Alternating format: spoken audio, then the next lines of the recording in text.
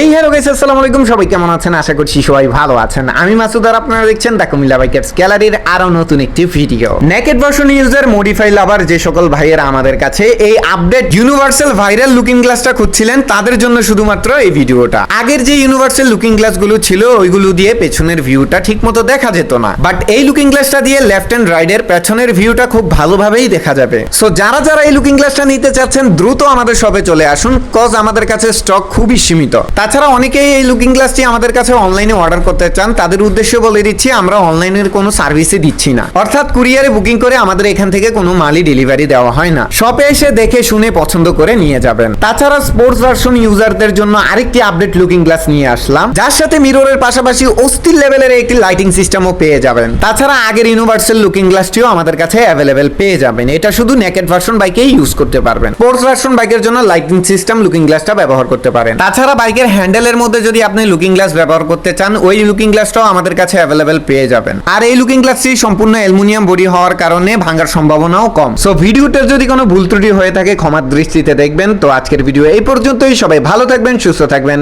আল্লাহ হাফেজ।